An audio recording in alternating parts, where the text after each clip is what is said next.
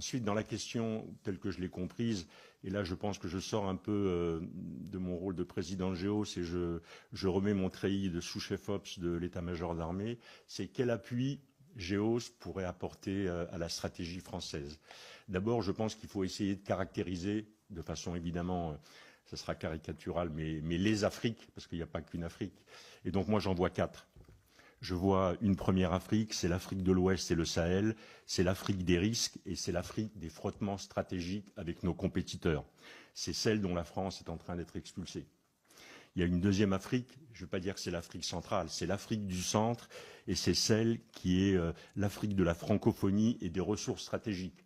On vient de découvrir des gisements incroyables en terres rares et en minéraux rares au Zimbabwe. Et les Chinois y sont déjà, les Russes y avancent. Je ne pense pas que des sociétés françaises aient déjà examiné leur engagement au Zimbabwe. Il y a ensuite une troisième Afrique qui est l'Afrique australe. Je pense que c'est l'Afrique du business.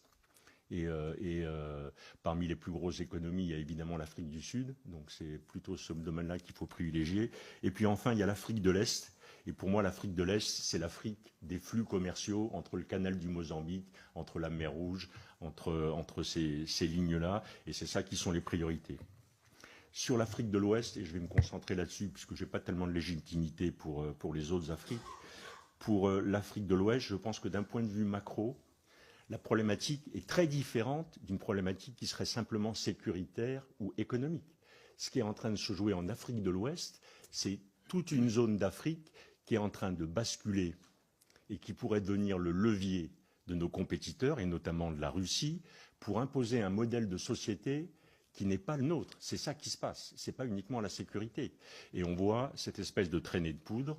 On voit maintenant les Russes qui sont arrivés au Tchad, qui sont au Burkina, qui sont au Niger, qui sont peut-être bientôt au Sénégal. On sait qu'ils avaient manifesté leur intention de prolonger vers la Côte d'Ivoire. C'est pour moi un peu ça l'enjeu. Du coup, si notre pays a l'intention de continuer à peser ou de conserver une forme d'influence dans cette zone-là, il est clair que ça n'apparaîtra pas dans les champs physiques.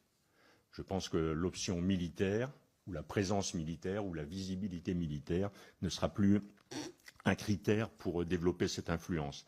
Je pense qu'elle reposera sur les champs immatériels. C'est dans ce domaine-là qu'il faut investir. Et globalement, en le résumant, il faut passer d'une stratégie démonstrative et bruyante à une stratégie discrète et une stratégie d'accès. C'est à mon avis ça l'enjeu.